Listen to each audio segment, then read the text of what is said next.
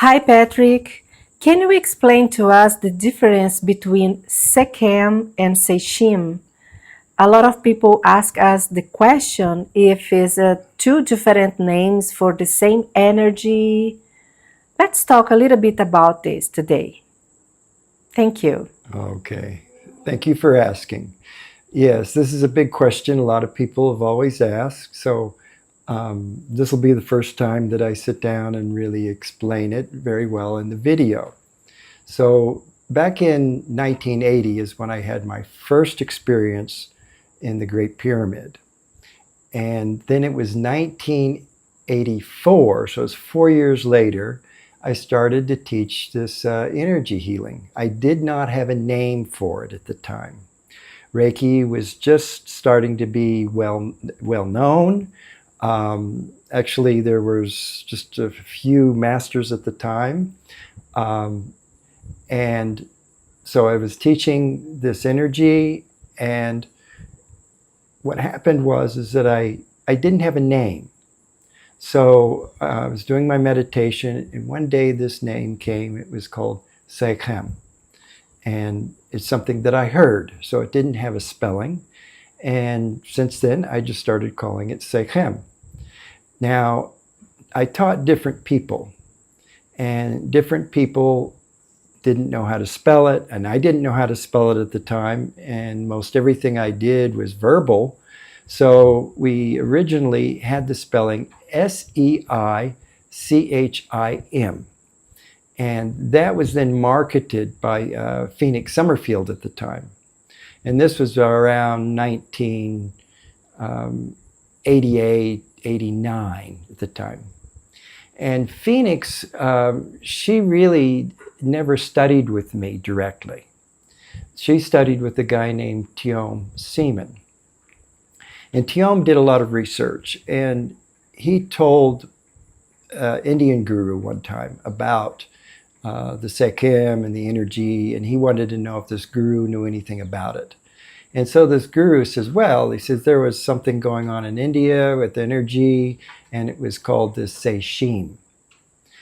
And so that's really where the difference of the pronunciation started. So Tiom was teaching it as Sechim. I was still teaching it as Sekhem.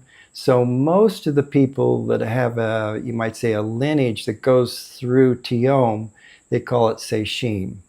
Now, at one point, I did find a very good book by Robert Masters, and he was talking about the Sekhmet in the book. In fact, the book is called The Goddess Sekhmet. And this lady says, she says, you should read this book. It sounds like it's connected to what you do. And so I read it, and they had in that book, it was the first time that I saw a reference to Sekhem. And the spelling was Sekhem. And that was probably around 1988, I guess. I had just been teaching a few years then. And so I thought we should change the spelling now that we actually have a spelling, because he described the Sekhem as kind of like the source energy in a way. Now, keep in mind, though, that Sekhem was never the name of a healing system in Egypt. So there's a lot of discrepancy there.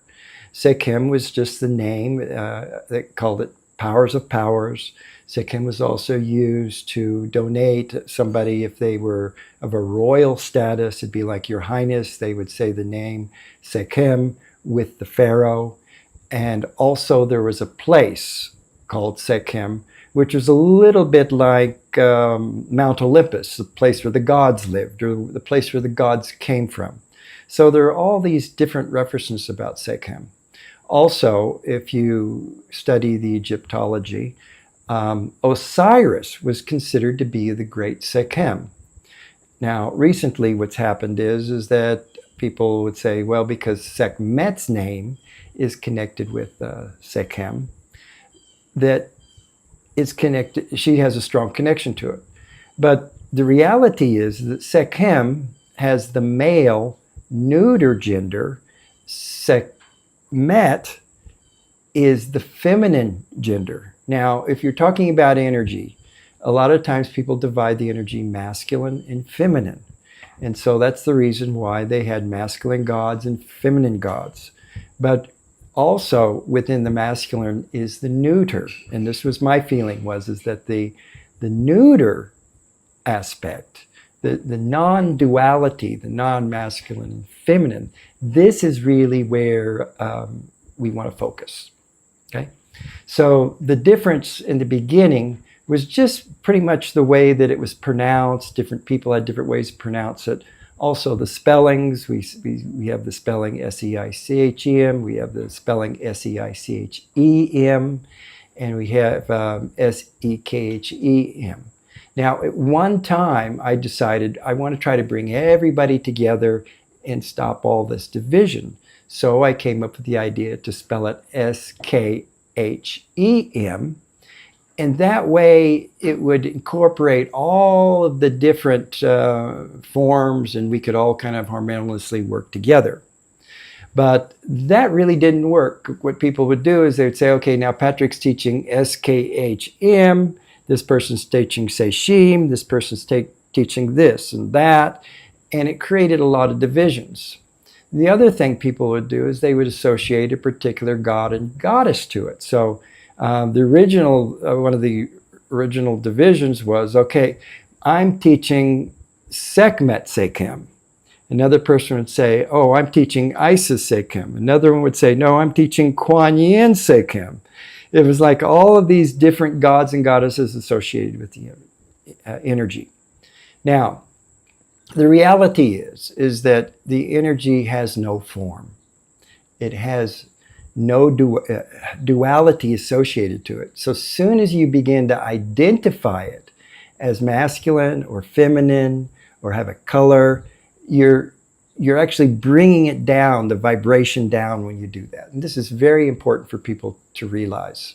And so the original spellings, I can look at the spellings, I can tell which teachers introduced that. For instance, the S-E-I-C-H-E-M mostly came from a lady named Kathleen Milner. And she started teaching the Teramai Sekhem, and she would spell it with that spelling. So there was that branch. There was the Helen Bellet branch. Helen had a little more of a focus on a kind of trying to keep it more pure Egyptian. Another lady, which her teacher, Margot Slater, she was connected to like an Indian lineage, and so she taught it as kind of a Kuan Yin type of energy. So this is really what's happening. So just remember that it's really all the same energy, just different teachers have put their flavor on it and put their emphasis on different aspects of the energy. Okay. Wow, that's amazing explanation. Thank you, Patrick. Thank you.